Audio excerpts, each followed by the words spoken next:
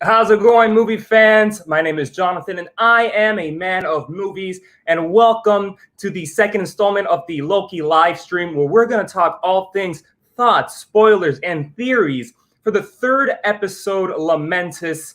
And like always, guys, you know I can't do this by myself, so I always gotta have one of the most charming YouTubers in the game, Dan from the Upside Down. What's up, bro? Hey everybody. This is Dan from the Upside Dan. I'm so happy to be your co-host, John. You're one of the most charming YouTubers as well. My heart. Hey man, I love that background. Is that new? I never knew you can change your colors like that. Yeah, and it's green for Loki. Yeah, I could do it. Oh, very nice, very nice. So far we have two people in the comments. Real quick, just want to say hi to them. We got Eric Thorpe. What an awesome dude! Thank you for being here, my friend. Of course, my wife. Hi, Eric. And my wife is like, Dan. Eric's just saying hi to us.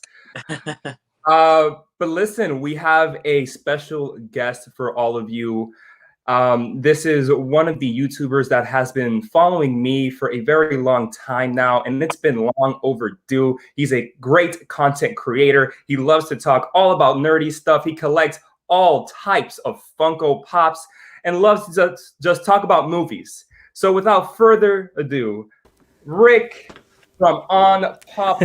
What's up, bro? Hey, what's going on, guys? Oh, you know, man, Friday night for us. It's time to talk about some Loki with you. That's it. Where are you located? Are we sharing the same time zone? We are. Yeah, I'm in Rhode Island. So I think you're in Florida, right? I'm in Florida. I'm at the very end, all the way up north. Yeah. Dan, you're in New York, right? So you're closer to him than I am. Oh yeah. Yeah. Cool. But I'm so happy to have you here, Rick. I love your content, and you always talk about Marvel stuff. So I'm like, man, you know we got. And I told Dan, I was like, Rick is going to be on in one of these episodes because just look at your background alone. Come on now. I know it's like 99% Marvel. That's crazy. It's awesome. So before we get into any type of spoiler talks, we want to get into our general thoughts, our initial thoughts on the episode Lamentis, and I want to throw it to you, Rick, with you being our special guest. Yeah. So overall, it was a step down for me, I think, from the first two, if I'm entirely honest. I wasn't expecting an episode like this early in the show run. I think I was waiting for like another episode where we have this like kind of pause, take a breath kind of episode, and coming in, the third episode into the show, it kind of pumping the brakes a little bit was surprising. There was some cool stuff in here, some cool reveals and getting to spend some time with these characters, but overall it was, I don't want to go so far as to say disappointment. I don't want to be dramatic, but after really loving the first two, it was definitely a step down overall. Oh, all right. Okay, damn. What do you got to say about that, man? So I've had a lot of thoughts about it. Like right after I was like, oh, that's like, especially because of the ending, I think, because of the cliffhanger. I was like, oh, I love that episode. That was like my favorite episode so far. But then thinking about it, it's like, no, it was just because of that cliffhanger that I thought that. And I think that I think I might have liked episode 2 at least better. Ooh. But I did like it. But yeah, I do agree that with Rick that it's like feels like an odd, just out of nowhere, like middle of the season, we're almost done. We need something more than just what we got in this episode. And I miss Mobius. He's like one of my favorites. I miss Mobius too. You really felt Owen Wilson's absence in this episode heavily. I am kind of in the same boat with both of you. This is the best episode we've gotten of Loki so far, I think. So Dan, I was kind of shocked when you said you like episode 2 a little bit more. I don't. But hey, to each their own. I thought, for me, there was progression here. We got some answers. We got some development with Loki and Sylvie. But I just thought, just like last week with Jace, our special guest from last week, said, it was progression without having progression. And this is something that I think is just going to continue with this series, and it's pissing me off. because we have this series. There are some questions answered. There's some development, but in the end, it's just kind of stagnant for me, and I'm left with that cliffhanger. And honestly, I didn't like it too much. I thought the cliffhanger was a big downer for me. It gets my anticipation for next week's episode, but for this episode alone, it didn't do it for me, bro. It's not the worst. It is the best in the season so far. But to be the mid-season episode, we only got 3 more to go. I want a little bit more of meat on those bones, my friends. You know what I mean? Yeah, sure. Yeah. But with that being our initial thoughts, I have a small surprise for you guys out there because Rick is our special guest today, so the spotlight is on him. We appreciate you for being here. But we had someone else reach out to us that said, hey, I kind of want to get on this spoiler talk, not just because I want to talk with you guys about Loki, but because maybe toward the end, I have a big spoiler that may blow your minds. And I am very curious as to what that theory is. So without further ado, let's add in. It's Jace Bergeron. What is up, Jace? How's it going, guys? Great to be here. Hey, Jace, I want to say real quick, I wasn't going to ask for your general thoughts because I know you have a video up already. And you too, Rick, have your thoughts up. But I saw your reactions down in the lobby before I put you on, and you were shocked. You heard all of us say that we didn't quite like it. Why? Why did you have those reactions? I was just, I respect everyone's opinion. I actually thought you all brought up really good points, and I can't fully sit here and defend it as if it was the greatest thing ever. But at the same time, I do stand by the fact, I think this is the best episode yet. I think that there was definitely it was a huge change up to certain stuff, but my biggest complaint is this. I feel like this episode should have been episode 2. That's long story short. I feel like if that would have made it feel like it was progressing nicer. But I don't know. At the end of the day, I think the only thing that could have made this better was to add Mobius in there. I mean, there was decent progress. We found out. I mean, I'm only saying this because, well, is this technically spoilers yet? Hold that off for 2 seconds. Are you gonna get into spoilers? Well, because I guess basically all I was gonna mention is, and I don't have to say specifics, but. So the episode actually, I thought, did a good job of answering some questions that, we were kind of obviously left with from the first 2. So it was basically what I was looking for in the second episode. It was legitimate progression. And I guess because of that, along with kind of what happened within the events of the episode, it ended up being my favorite. But I can't sit here and be I was shocked because I thought maybe you'd think differently, but it's not like I'm offended or anything. So Rick and Dan, I have to ask you guys, should we boot Jace out of the live chat for having a different opinion than us? No, never. Oh, That's how the world is these days. If you think differently than someone else, they're not allowed to be around you. So thanks, though, guys. Good points there. Good points there. You guys have anything to add to that at all before I get onto the comments real quick? no, again, just missed Mobius. I love Owen. Yeah. Yeah, that's Yeah, I probably, second that.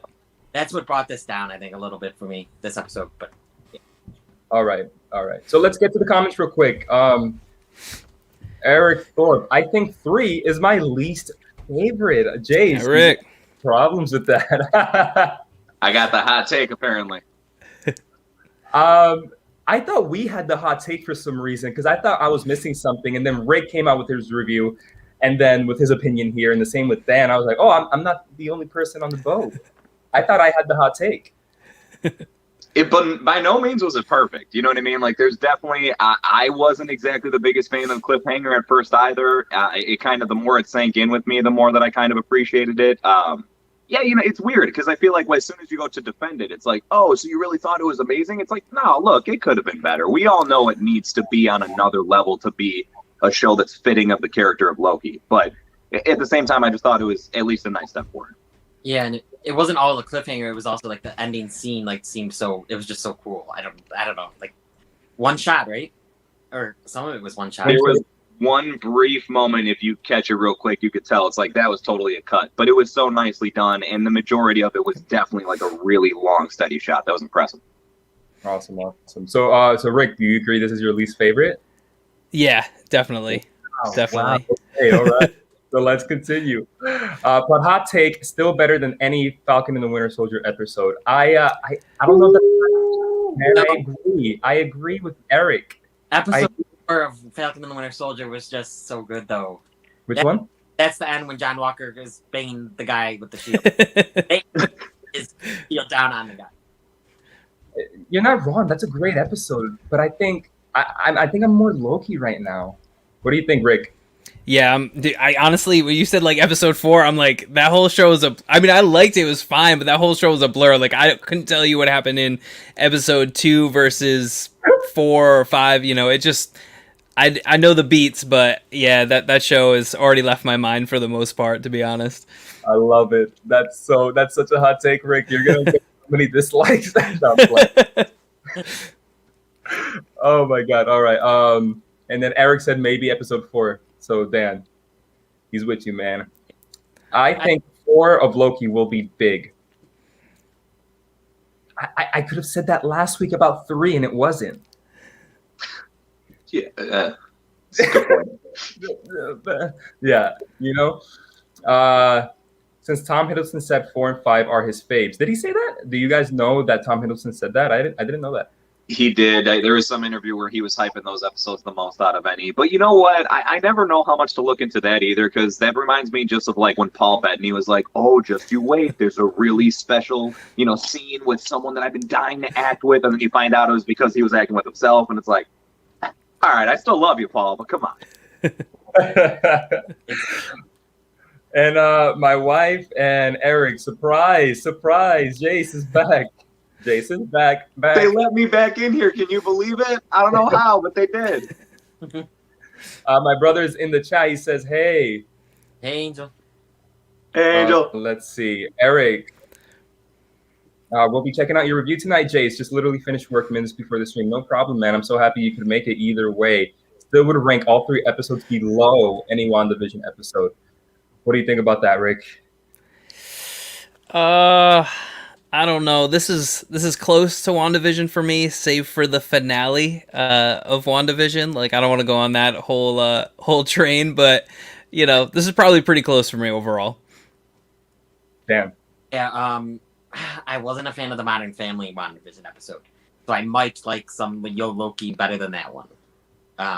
But I love WandaVision. WandaVision is my favorite so far. Jace. I think it's kind of it's right on par in the sense of I think there was so much more that could be looked into from WandaVision.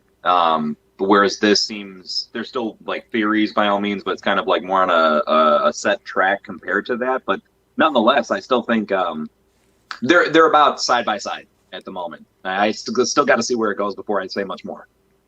So I wouldn't say they're side by side. But I would say that I do enjoy WandaVision more, but I wouldn't say that every episode. There were some episodes in WandaVision that did let me down. One of them even being the season finale. I would say episode 3 of Loki was better than the season finale of WandaVision. That's me. That's me. All right. So with that being said, it's spoiler talk, guys. It is spoiler talk. I wanna get into that opening scene when we get Sylvie and the TVA agent, and they're having dinner together. I was so confused at first, and for a second, I thought that we were getting some backstory, and that Sylvie is not really who she was, and she's like in cahoots with the TVA agent, and this was them before the snap happened, and maybe we would see them snapped away. I don't know what I was thinking, but then we get the little confusion, the little like, oh, like snapping, it's night, and she's trying to get the information from this TVA agent of how I can find the timekeepers. Okay, all right, I'm with that. But then she never gets the information. So why does the timekeeper in episode 2 tell us that she did? Rick, let's start with you. Yeah, that was weird. Honestly, I thought the framing of that scene was done really well. Like, it was super creepy. Just how they kind of like plotted that out was cool. I do agree. Like, I watched it again today and I was like, yeah, that's weird. Like, they sort of jump over, like maybe they had filmed a little more and then kind of compress it down. Like when she's like, oh, where are the elevators? And the girl's like, they're gold. I'm like, okay, that's a place, I guess. She gets in there, but I thought that was really cool. As it opened, I was right with you. I'm like, all right, like it took me a minute to even realize. I was like, oh wait, that's the the agent from the first one. Okay, and this is Sylvie. All right, what's going on here? Like, where this looks like Earth. Like, what are we doing? What's going on? So, I thought it was weird. I was like, all right, this is bizarre. Creepy, but it hooked me, honestly. As much as I've said, like, I don't love this episode, that star actually like really hooked me. I was like, all right, what are we doing here? And then we went on a ride. Absolutely. Dan, what do you have to add to that? Pretty much, I agree. Yeah, completely. It was an off-settling scene, when she's asking about the timekeepers and stuff. But I thought it was really well done, and I agree. I rewatched it again today too, and it did hook me. It was like, oh, this is gonna be a good episode, and then, man. But yeah, no, I pretty much agree with everything Rick said. Jace. It gave me very heavy vibes of like a mixture of WandaVision, actually, right? Because of the fact that you got someone who's in a false reality that all of a sudden like briefly remembers that, wait a second, this isn't real, what's going on here? So I thought it was that mixed with like a slight bit of like Inception. For some reason I was like thinking of that when I was in there, because it was like a dream state reality again, like almost remembering things are not real, or is this real? But the whole premise of it I thought was really cool. I thought it was interesting to see that angle of the enchanting, right? Instead of just strictly, you just accept that she's taking people over, which is already acceptable. But to actually get that insight into it was cool. It's funny because I guess I didn't think too much about the whole she never actually said the location until you mentioned it. I figured that was something that they did it to either insinuate that you kind of just figured that's what happened, like an off-screen type thing, or that they purposely didn't put it on screen because maybe that's something to be revealed later on. Okay. That's yeah. true. Yeah, that's fair. Good point there. I like what you said about the WandaVision comparison, because I saw major Scarlet Witch vibes coming from Sylvie. I mean, it's the exact same thing except the color is green, Dude, but between what she did to the TVA agent, the one she was that thing, right, with the head, it's what I mentioned as far as it was so Scarlet Witch-like, and then you mix that with now, I don't know. And Rick, because you saw it another time again, when she mentions the doors are gold, is she talking about the timekeepers are, or is she talking about like the elevator doors to get to the TVA? I think the elevators to get to the timekeepers, I think, because that's where like we go a little bit later in the episode, but that's what I'm pretty sure she was talking about. Yeah, like I don't think she ever says like how to get to the TVA or like any more information about that. Yeah, well, that makes me think, because it kind of, like we touched on last week, there's a big Wizard of Oz vibe there with the elevator doors. That's how you find the timekeepers. It's like you're pulling a curtain. So I'm getting. Dan, anything to add to that? No, not really. No, you just said it all. Awesome. Let me get to the comments real quick, guys. Eric, back to our WandaVision thing, but Elizabeth Olsen gave such a great performance in Modern Family, so I still love it so much, despite that dang aerospace engineer thing. Agreed, Eric. Hopefully that doesn't mean episode 6 is going to not be as good and be yet another disappointing finale with these MCU shows, which, yes, WandaVision's finale was disappointing, but still put it above any Falcon and Winter Soldier and Leps? What's Leps? Anybody know what Leps means? I would say Loki Eps. Maybe Loki Eps. Yeah, Loki Eps. I mean, they're 2 for 2 right now with having disappointing season finales. So you're not wrong to think that this could be a disappointing season finale. I don't want it to be that way, but I definitely see where Eric is coming from here. But he still puts it above any of the Falcon and Winter Soldier and Loki. Sure, man. Sure, like to each their own. Like I said, what do you guys think about that? Yeah, I don't know. I loved some of the WandaVision finale. I loved Wanda and Vision stuff and their goodbye and everything, and the goodbye with the kids. But everything else, I didn't love much.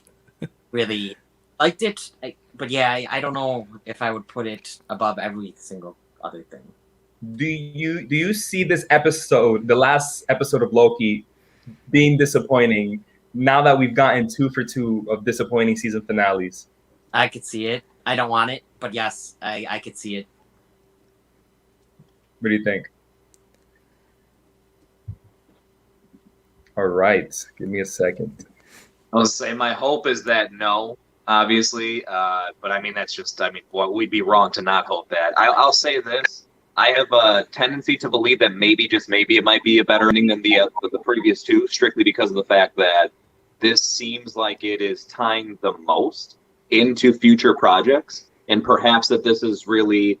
I mean, maybe you could argue that it won't be like a great finale of a show, but at least maybe it'll be a great like setting stone / platform for future projects to then grow off of. I mean, so at least it's got that running for it, if anything. Yeah, I see where you're coming from there, because it seems like we were talking last week. This show is going to heavily tie in to Spider-Man, to Doctor Strange 2, into what WandaVision set up. So agreed.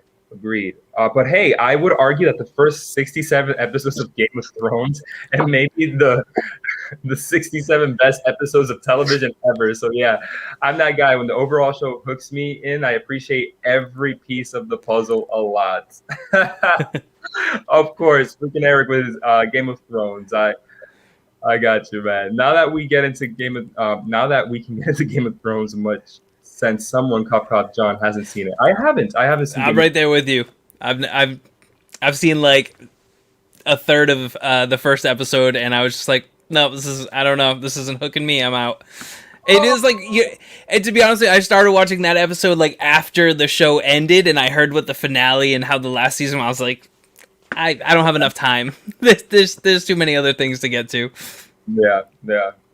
Also, it won't be a series finale since it's getting a season 2. I think we don't know that for sure, but I definitely do see Loki being one of those seasons. Also, it won't be a what the heck? I just clicked that. Okay, guys. So I want to move in now to we get Sylvie infiltrating the TVA. She's showing off some of her fighting moves. She gets into a scuffle with Loki himself, and they go into a time door. They land on Lamentis 1, where there is a planet about to crash on this moon, and they have to find a way to charge the time tool to get out of Lamentis and go back to the regular time. Rick, let me pass it to you. What are your thoughts of all that from Sylvie, and Loki kind of bantering back and forth and fighting, them landing in Lamentis, and then the overall conflict of them having to find a power source? I thought that was like Marvel's version of like Planes, Trains, and Automobiles. Where it's like, all right, we're setting this up where we're gonna have like this buddy road trip movie. And it was fine. Like, I think for me, it took Sylvie down a little bit. Even she's a phenomenal actress, and a lot of the dialogue was really cool, but she was such a threat through the first 2 episodes where it was like, this person's BA, and then she came in and it was kind of like, all right, she's Marvel funny, and that's not the worst thing in the world, but I thought she was, even as we get into like that fight scene a little bit, she doesn't seem as imposing as she did, in those first couple when she was taking out TVA agents. So I don't know, it took me down a little bit. We get onto the planet, and that was cool. Like I said, it just felt like, all right, I kind of see where this episode's gonna go. I think it was laid out there really, really quickly once we got into that stuff. Absolutely. And what about the whole MacGuffin of trying to find a battery of power source? Yeah, it's just like I thought that was ridiculous a little bit. Like, of course we're gonna get stuck somewhere in time because literally every time travel story does that. They have to do it. Like, we're stuck. There's no way home. Okay, we'll figure it out by the end of this journey. Maybe not in this episode. We'll figure it out though. Dan, let me give it to you, bro.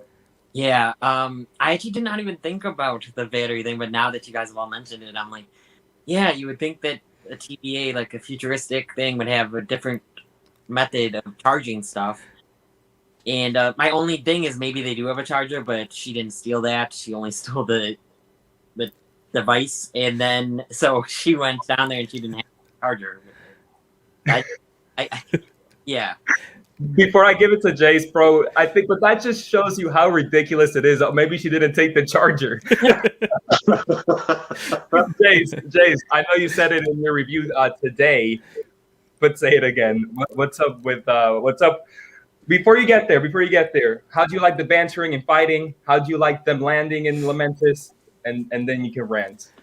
Sure. I thought it was a very interesting aspect, right? That obviously you don't know where they're going, and then all of a sudden they land some random spot, and kind of you slowly finding out where they are and how they got there was interesting. I did want to touch on, Rick, I really like your point in the sense of with Sylvie and how it's almost like it feels like it's taken down a notch because of getting to know her more. For what it's worth, the only thing I'll say in defense, not of her as a character, just of that kind of concept, any time that you have a very imposing character and then you get a chance to know them more and flesh them out, it generally speaking brings that down, right? Like the moment Kylo Ren took his helmet off, everyone's like, it's so there's different moments, I guess, that could kind of compare to that. However, I still thought, at least thankfully, she still kept a decent amount of badassery, if you will, but nonetheless, like I said, I see that point. The banter between them was definitely fun. Because you still can't, even though she seems like she's saying so much that's like,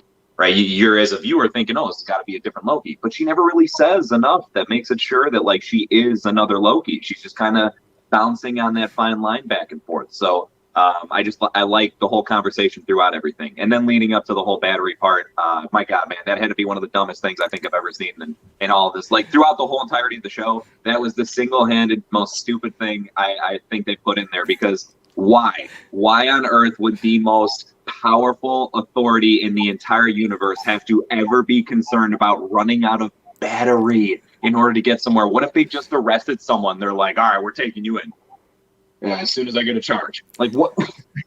Come on. Oh, dude, I love it. I love this so much. So on my end, I thought that Sylvie was, like you said, Rick, BA. She's fighting. She's not getting her butt kicked, and then she gets to Loki, and they kind of match each other. I see what you mean with the first two episodes, building Sylvie up to be this huge threat. She's very mischievous. She's very psychotic in a sense, and she was scary. And then we got to know her and say, oh, she's not that scary. Jace, I don't know. I get the Kylo Ren, but Thanos, we got to know him a lot, and the dude was still threatening as hell. Oh yeah, there's exceptions, right? You can absolutely do it right, and that's a true testament to if you're writing the character right or not, is if it ends up working that way. And I think the other part is you got to remember, just because I think that's a great example, Thanos, however, wasn't really like nothing but pure badass. Like, he actually had a pretty human-esque side to him, and if it wasn't for him being so nuts in his ways, he actually had a pretty damn good like point that he was trying to get across. Like, so I think that helped in his regard. But like I said, I mean, there's definitely exceptions, without a doubt. Yeah, I think Voldemort is an exception too. He was from Harry Potter. I think he's a good exception. Also, I haven't actually watched it all, but this episode gave me Mandalorian feels. I don't know. Yeah, I'd second that. When they're on the planet, on a different planet. Yeah, especially towards the end of the episode, I definitely second that. Yeah. Oh yeah, Dan. I like that. Yeah, especially toward the end of the episode when they're getting into that little Citadel city thing, and yeah, I see it. Then good point there. And as for the battery thing, it's so lame. Like, how do you run out of battery, bro? But here's where one of my theories will come in, guys. I'm gonna be the icebreaker theory guy here.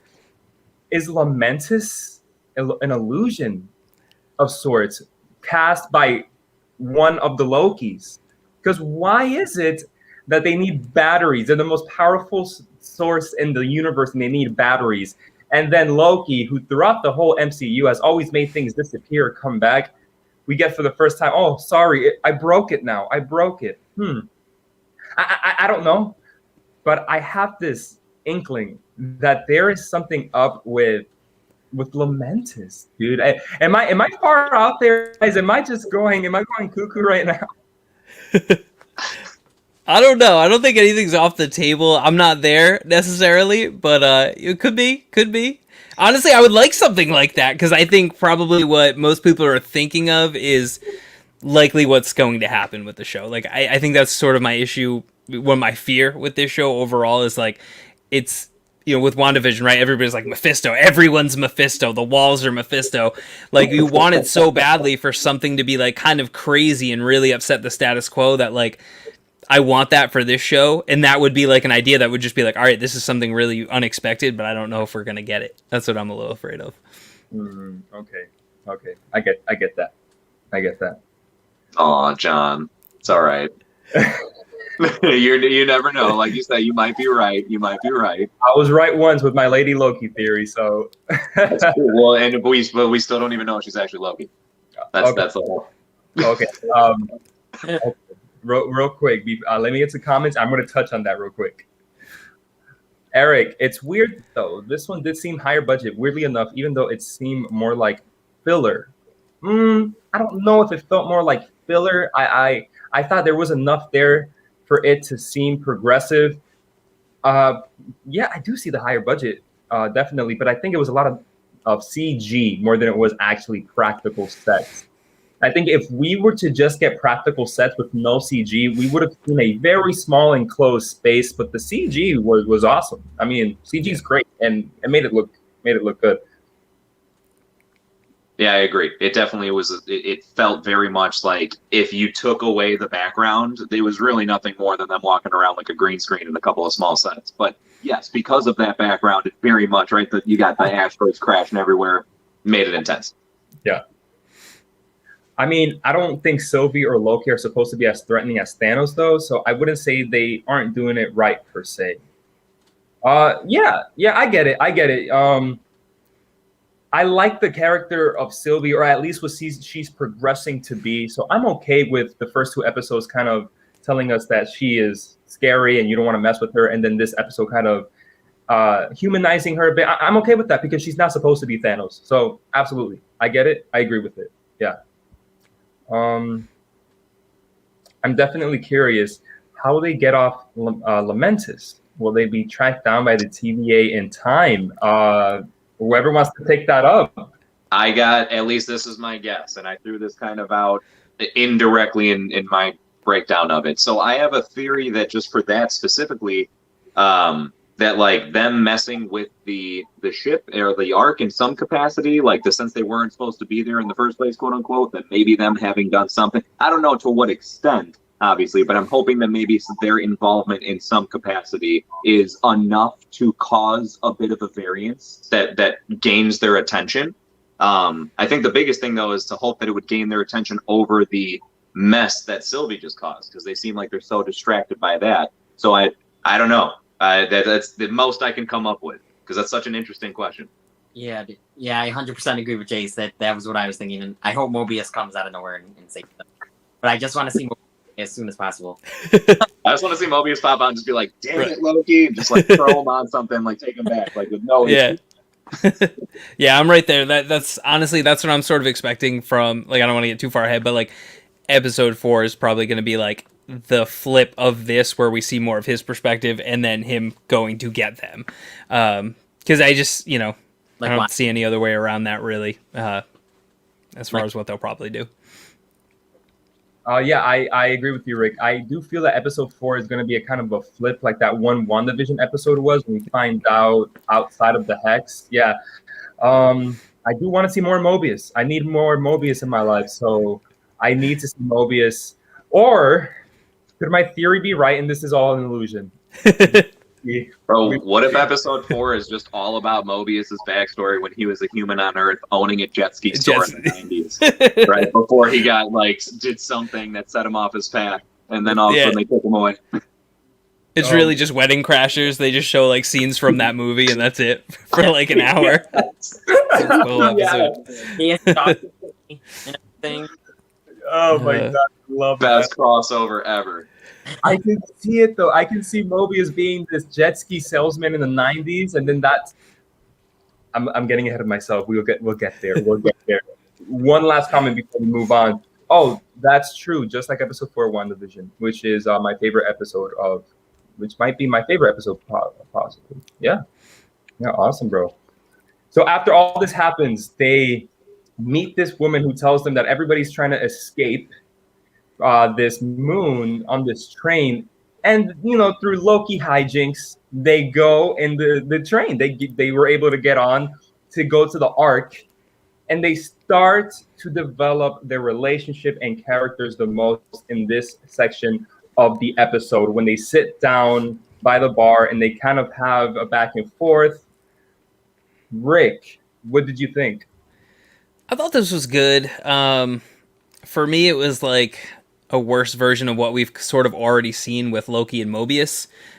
Like those interactions I thought were more enjoyable.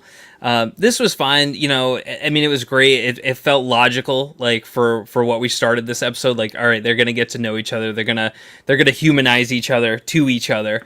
It was fine. It was cool. I don't think it necessarily like move the ball forward all too much. But it was okay. It felt typical overall. Dan. Yeah, so I thought at first, and I still think this, is that she got interested in him way too quickly. For like, she just hated him before, and now she's like asking, "Oh, what was your mom like?" But I still ended up liking that scene a lot. I just thought they got too buddy kind of in that scene too quickly. But I did like the dialogue that they had. I like the little like Easter egg because he's like he's either bisexual or pansexual in the comics. And she said, was there a princess or maybe a prince? And he's like, a little bit of both. And I'm suspecting the same with you. And then I like the differences. Like, she knew she was adopted. He didn't find out till recently. So I did like a lot of that stuff. But yeah. Jace. Well, see, so Dan, I like what you just brought up, all those points that they were saying. And you notice how, again, this is kind of what I was bringing up before. She kind of has that conversation with him. Like, she says, yeah, I knew I was adopted, or I barely knew my mother. But there is never anything said that sets in stone that she is Loki. It is. So I just think that really added such an interesting element. For what it's worth, again, Dan, you brought up about like getting buddy. And for a moment, I'm not going to lie, I was right there with you, where I was just like, this is kind of an odd turn. I think that just like how Loki himself always does a great job of basically acting like you think he's doing one thing, thinking one thing, going to go one way, and then just subvert your expectations. I feel like she's just really gathering information rather than, oh, I actually like you now. I mean, she even says at one point where it's just like, in a way of like, I'm going to use this against you. Not word for word, but kind of says of just like, I'm trying to use stuff to eventually use against you later or something. But yeah, so I think that's kind of all that was coming from. It was like, you got to start the conversation with them somewhere. So I guess maybe it was decent. But yeah, I don't know. It was I enjoyed it. I especially like when she woke up and Loki was drunk. That was fun. Didn't realize Tom Hiddleston had quite a voice on him. Another. That was solid. That was so good. I gotta go with Rick on this one because I thought it was a lamer version of the discussions that Loki and Mobius had. In last week's episode, me and Jace got into it about one of their conversations of free will versus a sovereign ruler. And that was a deep philosophical commentary that the show decided to add in. And then we get this one with Sylvie, that while I did like it, I liked hearing their differences, how they grew up different, how Sylvie didn't have a mom because she doesn't remember her mom. But it's just like, I thought it was going to be something a lot deeper than this. There's a subject of love here that I don't know where it's going to go. This doesn't seem like a show to touch on love. And what does love actually mean? To love somebody, and then Loki comes up while he's drunk with this metaphor of love is a dagger. It can be there to help you, but it can be there to stab you. In the end, there's really nothing there.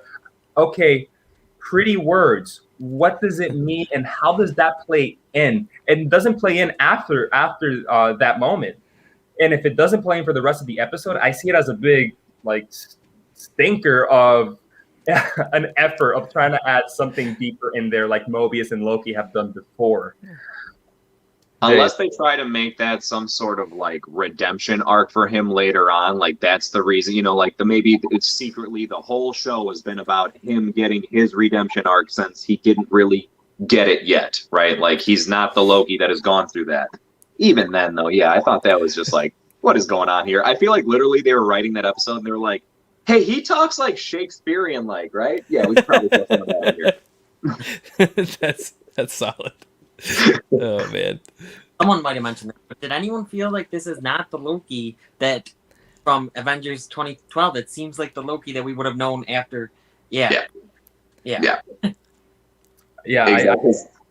He doesn't like seem evil enough still. Like he just got taken from I'm going to rule the earth. That was his mindset from like probably mere hours ago or maybe a day or so in retrospect from where he's at now. And the fact that there's just been like as much of a switch.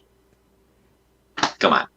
Yeah, I mentioned that then in our first episode where I mentioned how this is a Loki that seems to be redeemed already or getting redeemed. And the dude was just killing hundreds of people in New York.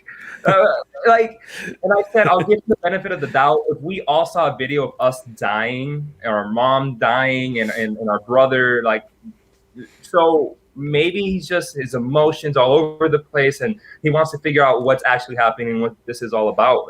So maybe. And I want to touch on something real quick that you mentioned, Jace, not too long ago. You said something about being used or being taken advantage of, and this is a theory I have. And it goes back to me thinking, oh, this may be an illusion. Because that time tool, Sylvie wants it so much, and Loki knows that. But when Sylvie knows that she can't get a power source for it, when it eventually breaks, when they get thrown off of the train, she opens up more to him and reveals to him some of her secrets, whether it be what her parents were like, what her life was like, or how to use enchantment and how enchantment works. I feel Loki is using that for his gain. So if Lamentis isn't an illusion, because I don't know if Loki can cast such big illusions, at least the time tool being broken could be an illusion. My theory. Yeah. That's a pretty reasonable one, I gotta say, because it's not like insanely far-fetched. I mean, we don't know exactly how much longer they had on the moon before when the episode ended. It seemed like it was very close to impending doom, but not quite there. So yeah, maybe he's just holding out to the very last moment until she kind of gives him something. She told him that she was asking the TV agent about where the timekeepers are. So maybe since he knows that she knows, maybe again he's just waiting out to like the very last second until she finally reveals it, because she's like, screw it, we're gonna die anyway. And then he's just like, no, we're not. Okay, I want to touch on this before I get to the comments. Rick touched on this on his video, but he says something about, and then they start walking. They start walking to a place that could only be taken by a train. So why were all those people waiting in line if it was walking distance? You're right, Rick. Take this one, bro, because you said. Listen, Dan cut me down on this one with logic and reasoning, and he was like, Rick, they were on a train for a while, and I was like, they were on the train for a while. Like, I watched this first episode at like 6 a.m. before work, and I'm like, that was stupid. Why were they on that train? Now they're walking. But then he was, when I thought about it, I'm like, oh my God, yeah, she was sleeping. So like when I really start, but again, that's where like the editing's kind of funky in this, and where things kind of moved weird, because it was like, yeah, they're on the train for like 2 seconds, Loki gets drunk, and then they start walking, and you think like, why couldn't they have just done that in the first place? But yeah, Dan ruined my theory on that one. Much respect, though. Yeah.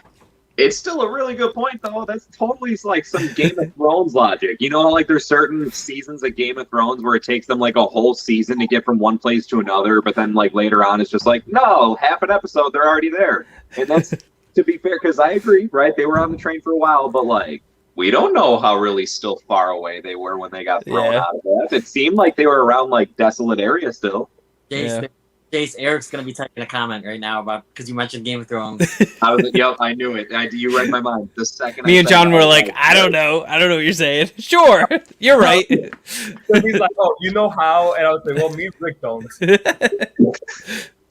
Damn, I just love how Eric's been throwing out that this is better than any episode of that comments. Like, there's been so many of them. I love your vibe, Dan. You just love to go into people's videos and ruin their theories.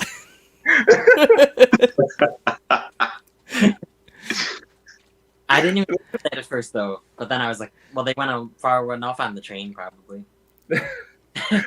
All right, so before we start heading toward the end of the episode, let's get to some comments. Eric, I gotta ask, and I'm surprised no one has asked about this cameo the way they did with Doctor Strange for WandaVision. Can't help but wonder if Thor could show up for a cameo. You know, that's something that has always been in the back of my mind, but I don't see it happening only because Chris Hemsworth is such a big name.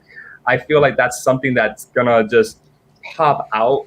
You could try and compare it to, but what about Luke Skywalker and The Mandalorian? We didn't see that happening yet, but it wasn't Mark Hamill. It wasn't Mark Hamill. It was another dude in CGI. Yeah. But I'm with it. I'd love to see a Thor show up. What do you guys think? Wait, I thought that was Mark Hamill. No.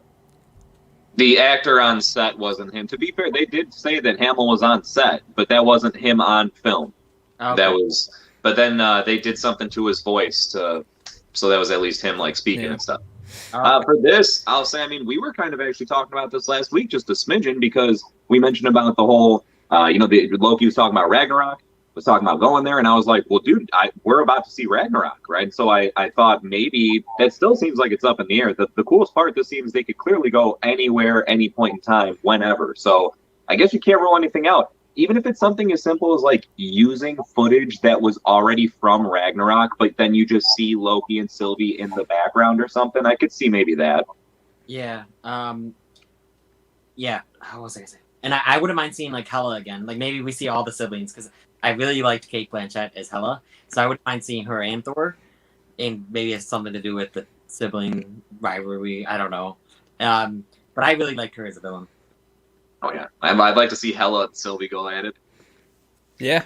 I'd be off of Thor, honestly, because technically, right, because this is where the show gets so trippy, is like, we're now in a different timeline, right? Like, we've now created one by them traveling to somewhere they don't belong, right? Because it just, I don't know if you can think about the show too much without getting too heady, but like, they should have like a crazy Thor, like, like some different version of Thor, get somebody else, get it, or a different Odin, and just because obviously like we have all these Loki variants, right, that they show and they're like, oh, this one's, looks like a goblin or whatever. So like, give us, get creative, be weird with it, have some fun. I do think that they are in an apocalypse, so it doesn't matter what they do in that timeline, Rick. True. That's right. Let me get to some more comments. Unless they stopped the apocalypse. So if that arc thing worked, then I think it would have. Yeah. But it didn't. Yeah.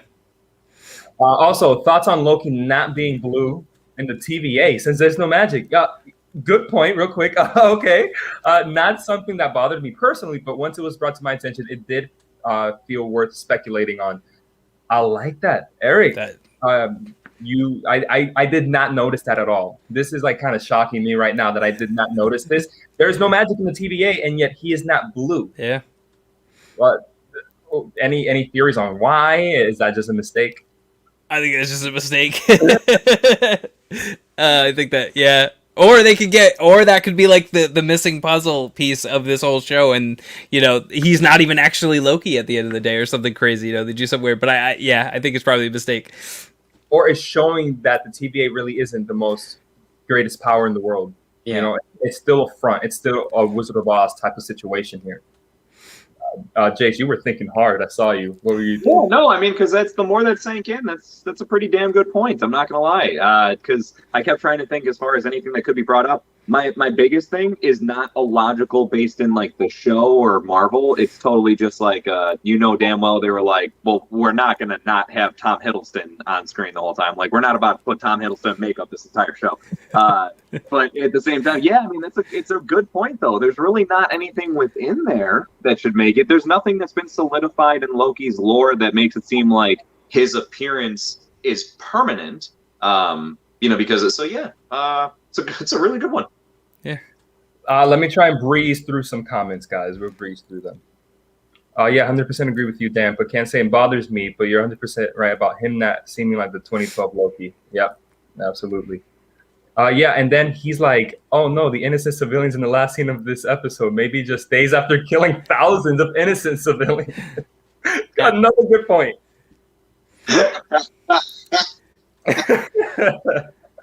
Another good point. That was a great comment, Eric. I mean, yeah, the way I see it with Game of Thrones is they just stopped showing us the journey. Doesn't mean it took them less time. I can't say much about Game of Thrones. And Anthony is in the chat. What is up, Anthony? And he says for Mark Hamill, it was just his voice and he visited the set. Okay, so you were right, Jace. Was it Jace or was it Dan that said it? I forget. Jace said the voice. Good job, Jace. Thanks. I've been hoping to see Ragnarok revisited too. I love that movie. Yeah, I agree. Ragnarok is such a great movie. It'll be so fun to see that apocalypse being played out. I'd love to see it happen though. I don't want to say I think it will happen, but I really want to see it happen. Hela is an MCU villain we need more of. Probably the most threatening one other than Thanos. Yeah. I can agree with that statement. Thanos is definitely number one, but Hela, bro, she didn't bring on Ragnarok. That was more Surtur, but she did play a part in that. Let's see. Jennifer Vega, good to see you here. Awesome. Hopefully you enjoy our little talks here. Let's see. I totally didn't notice it either. I just saw people were freaking out about it. I think that's concerning Loki's blue skin. And the last one before our last points, I don't think we will revisit Ragnarok, but yeah, that would be awesome. That would be awesome for sure. So as they're walking, guys, to the Ark, we get the very first mic drop of the episode that the TVA is all full of variants. What did you think, bro? What did you think, Loki? That they were actually real people created by lizard people, like Mobius said? Well, you know what? Yeah, it did sound as silly as it was because they're just all variants. What the heck, bro? Rick, what did you think about that review? So initially I was like, okay, all right, wow, yeah, this is crazy. But then the second time I watched it, I was like, all right, so Sylvie knows that they're all variants, right? But she doesn't know that, what Loki knows, that they're supposed to be told that they were created by the TVA. There's some, missing piece there, Sylvie knows just enough information to make that shocking to us, but it doesn't really add up that she doesn't know the whole picture. If you know that much, if you're that deep, then how don't you know basically everything about it? And that's weird. Where does she pull that information from? And I guess that's what's sort of weird. And again, we're 3 episodes in. I don't want to start damning the show for not giving us more information, but I just found that odd, where she didn't know what Loki knew about their hey, we've created everything around here. That seemed shocking to her too. So I don't know. It struck me as odd. It's definitely interesting, and it makes a lot of sense. With Mobius and the jet ski, and you're like, all right, now it makes sense. This is embedded in who he is. And he's been pulled from his timeline. So it's kind of weird. Good point. Dan, before I give it to you, I just want to add that makes me think that Sylvie may be a variant that used to be a TVA agent. Remember that, guys. Dan. Yeah, I like that point. And but also that made me think for some reason, what if, how we kind of going back off how Mobius may be a bad guy, what if Mobius lied to Loki? What if Mobius knows that he was a variant? and that he just became a TVA agent, or he's pretending to be a TVA agent. But yeah, and that's a good point, Rick, about like why wouldn't Sylvie know more if she just knew half of the story? She should have really known probably more, or why I don't know why she doesn't know more. But yeah, that's what I thought. I thought, what if Mobius is just lying and he knows the past? Mm-hmm. Jace. I think Rick's point is all the more furthered by the fact that Sylvie didn't even realize her powers weren't even going to work there. You notice how the first TVA agent she went up to attack, the first thing she did was went to enchant him until she realized it didn't work. Which, I mean, honestly, if no magic is there at all, like, why did the green even pop up at all? I thought that was kind of weird. Like, how come it even... Like, because when Loki tries to use his powers in the courtroom in the first episode, nothing happens in the slightest. So that was a little weird. But the whole point is, coming back to, she clearly wasn't aware that her powers weren't going to work there. So yeah, that's another thing where it's like, is this your first time at the TVA? You know what I mean? Like, because you seem to be so nemesis-like with them. So that was an interesting one, to say the least. And then jumping back to, now I got so into that as far as we were talking about some before. Oh yeah, the people all being variants.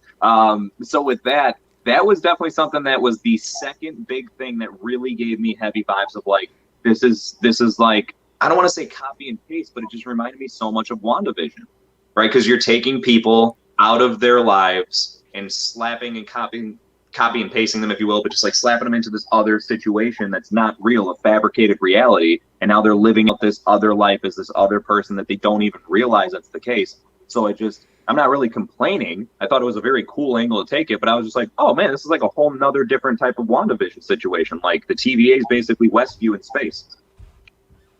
Yeah, they really are just Westview in space. I like that. Yeah, it's true. Why didn't she know then that it wasn't going to work? Because we see the green and, okay, so that theory of mine is out of the water, of me thinking she was a former TVA agent. I mean, who knows? But what is the end game here? Why are the timekeepers getting these variants and wiping their memories? And it makes me think, bro, are there timekeepers? What's her name? Ren something? The lady judge? Renslayer. Renslayer seems to know a lot more than she's putting off. You know? Yeah. What happened? Well, it's because, so I don't know if any of you know like the deep stuff with the comics, but Renslayer is Kang the Conqueror's like girlfriend, basically. So, and there's like heavy talk. I mean, like, dude, Kang is confirmed in Ant-Man 3. Anytime you're dealing with time travel, you're dealing with Kang usually.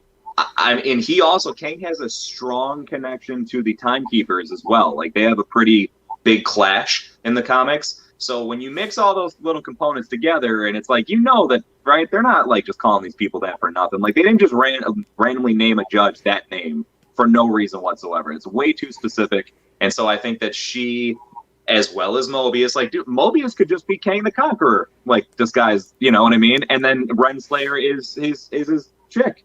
You know, like, I don't know. It could be so many different things at this point, but yeah, that's just it. I couldn't help but think that when we started saying all of this. I didn't know that about Renslayer. That's awesome. I did not know that she's basically Kang the Conqueror's girlfriend, per se. Because then that scene in episode 2 when Mobius is in the room with her and he starts to mention that, oh, who's this special agent of yours that you're not telling me about? Is it Kang the Conqueror, guys? Could be. Wow, that's so cool. That's so cool, Jace. I didn't have much to say about that, but that's a pretty cool theory. I like doing my research before the show, and I didn't find that. At all. That's so cool. Now, as we get to the very end, I don't have much to add since we did say, the arc ends up blowing up and they didn't find, but that tracking shot was beautiful. I loved it. Loved that tracking shot. I did notice a couple edits here and there, but you really have to nitpick it to see the edits because it was wonderful. And as a fan of 1917, that whole movie was just one long tracking shot. This was 2 thumbs up for me. What do you think about it, Rick? I thought it was good. I think Dan said it earlier. Very heavy Mandalorian vibes for me. Just in it, like I don't know how they're filming this. If it's in the same like the volume or whatever it's called, but it felt like that in the moment. But yeah, it was cool. From the moment like Loki kind of like wakes up, there's like that high pitched noise, and it's just like, all right, this is pretty intense. This looks pretty good for a TV show. It's pretty solid. Damn. Yeah, I really liked the ending, and I liked the tracking shot. I thought it was really well done, and it looked cool. Just everything blowing up, them all running everywhere, and I really liked the cliffhanger. It got me excited for next week. All right, Jace. I thought, yeah, it was a beautiful shot. It's got every time I see something like that, I always think to myself, how many times did they do this? How many times did one person do one small thing wrong and they had to start that all over again? And yeah, that's something I give them a lot of credit because, when you're looking at if you're trying to be very particular about what's going on in the scene, it's just pretty flawless across the board. A lot of cool action sequences going on. It feels intense. I like the 1917 reference, honestly. That it gave me a lot of vibes of that too, now that you mention it. Just really well executed. And it was a good way to like kind of bring things up to a real exciting level before that what the heck just happened at the end there. Yeah. There was a part in that tracking shot that did kind of bother me. If you guys can answer this, please, but how the heck does Loki get this falling building and levitate it back? Yeah, I don't know. I thought the same thing too. I was like, I guess he has that power now. I don't know. Sure, why not? Let's get crazy, Yeah, I guess Loki's a Jedi and just can. Yeah. Thinking about it now, he can do that. Remember in the second episode where he gets the Roomba? He like force pulls the Roomba vacuum to him in the grocery store. So he. Yeah, I think so. Yep. Okay, so he does have that then. Okay. Why doesn't he use that like way more then? Like I would just be force pushing people out of my way left and right. Jace, you're a mood. Bro. You're a mood. I love it. So yeah, that's all I have to say about that. Before I just wrap it up, let's get to some of the comments that we're missing, and that'll be it. Has this theory, right? Yeah, give me a second. Maybe Mobius is the villain, like we said, but the TVA is legit, so they get Loki to take Mobius' place in the finale after he's presumed killed if he is the villain. I can see that, and that will work into a season 2. Runslayer's Mephisto. Everybody's Mephisto. Everyone's Mephisto. Dan's Mephisto. I love the music and visuals probably the most in this episode, but just everything in between was too thin feeling, but very entertaining still. I thought that the music in the beginning and toward the end credits fit so much better than Holding Out for a Hero did in the beginning of last week's episode. And then, and Eric, thanks, man. Thank you so much. But he did say, I noticed Loki did levitate something small in episode 2. I don't think he did that before the show, though. Loki is the real Last Jedi. So, guys, we really went through this in depth, but I'll open the floor for any theories. Do you guys have any theories? I threw some out there about maybe this being an illusion, maybe not Lamentis itself, but Loki saying that, oh, no, the battery, oh, no, now it's broken. Can you tell me how you do this? I think there's a theory there. Any thoughts? Any theories? Do you guys have anything? I feel like Jason's is probably going to be a lot better, but what I find really odd is that Sylvie sort of even exists, right? Because I try to think about this show and it gets weird, but Sylvie is older, right? So normally the TVA would prune that timeline like as soon as something happens, but clearly she's grown up because she remembers her mother, and it's like where are all these variants coming from if those timelines are being pruned? Like how are there all these I don't know. I can't even think about the show too much, but it's like maybe there isn't just one timeline. Maybe this is like a timeline that they're trying to make the only timeline, by having the TVA go and just chop off all these branches, because this is something that somebody, the timekeepers, Kang, whatever, wants to happen. I don't know. Like the more I think about this show, the more I contradict myself, and then I'm like, I got lost in my own head. But yeah, those are my random thoughts on that. Not random. I like those thoughts. It goes back to what was said earlier about we're not 100%. I'm not at least 100% sure that Sylvie is even Loki. Yeah. And I only say this because he's constantly going, "Oh, don't call me that." She does say, "Oh, I changed my name. It's an alias," but that doesn't mean that you're Loki. It just means that maybe you were named Loki. It seems like she is someone very different here. You know, Jace. I see you, but you'll have your time because I want to give it to my co-host Dan. Any theories? No, I don't really have anything. I like the theory that Mobius might be evil or bad or something. And I really liked the theory we brought up last week when the TVA is all an illusion and it doesn't actually exist. I really like that theory. I don't know though. Like I said, I try to stay away from theories now. But Mephisto just messed it up for you. Mephisto! Jace, what do you have to say? Well, first of all, just for what it's worth, Rick, we're so on the same page, man. It's not even funny. You brought up exactly what I was bringing up last week on here, which is I am under the impression that there are already, or that there is already a multiverse at hand, and that's why, because you brought up earlier the Goblin Loki, and it's like, how, right? Like I mean, we could always try, and I'm sure maybe there's some decent reasonings as to why, but for the most part, it's like. No, if there's going to be just basically variants that go off their set path, they should all be Tom Hiddleston, who just barely went off his path, and then they're like, nope, right? And then they undo whatever they need to do. So yeah, it's kind of weird there's such different versions, whether Sylvie is a Loki or not. Although I still stick with I think that she's definitely Enchantress. The one part that I'll throw in here that, again, I will be very quick to say I cannot take credit for thinking of this theory, but I'm very happy to be able to just share it and pass it along for what it's worth. John, I think you'll really like this because you seem to be very big on the whole idea and concept of what if this is all an illusion, right? What the TV is not real. So this is fitting very much into that same vein of things. So Loki says to Mobius, basically in the first episode, if I'm not mistaken, that he's like, I know what this is. This is all an illusion and a way to make the weak seem strong and blah blah blah. He gives this whole his Shakespearean way of saying it, and I think that actually is more true than a simple comment to fill the time of the episode. So the theory boils down to that the TVA by all means is a facade. But it's not completely an illusion. Not like these people aren't real. They are actually variants.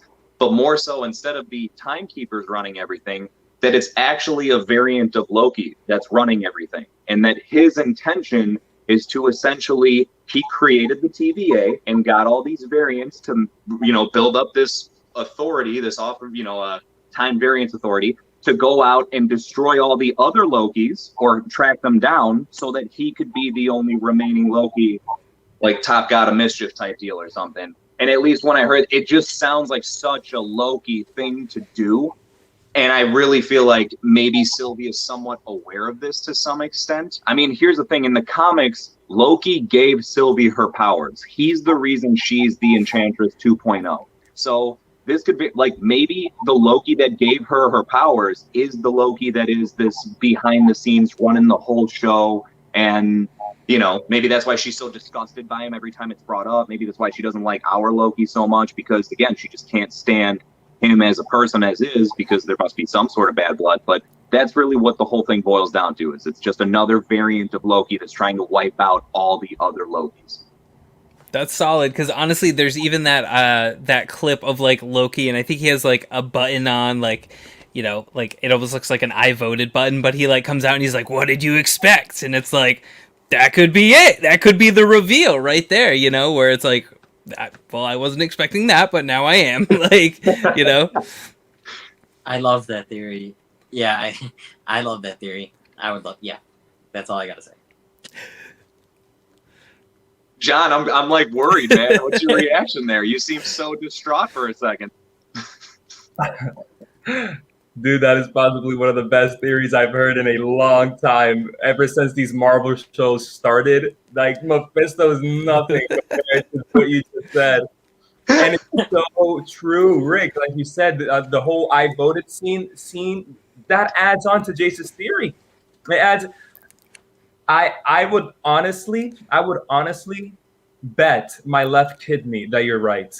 That's how not only, and it has nothing to do with how sure I am. It has everything to do with how much I love that theory. Oh my god, that was that was great. I was about to ask, but why do you think that? And then Rick, you did it great, man, by saying, "Well, I voted button," and it makes sense. What did you expect?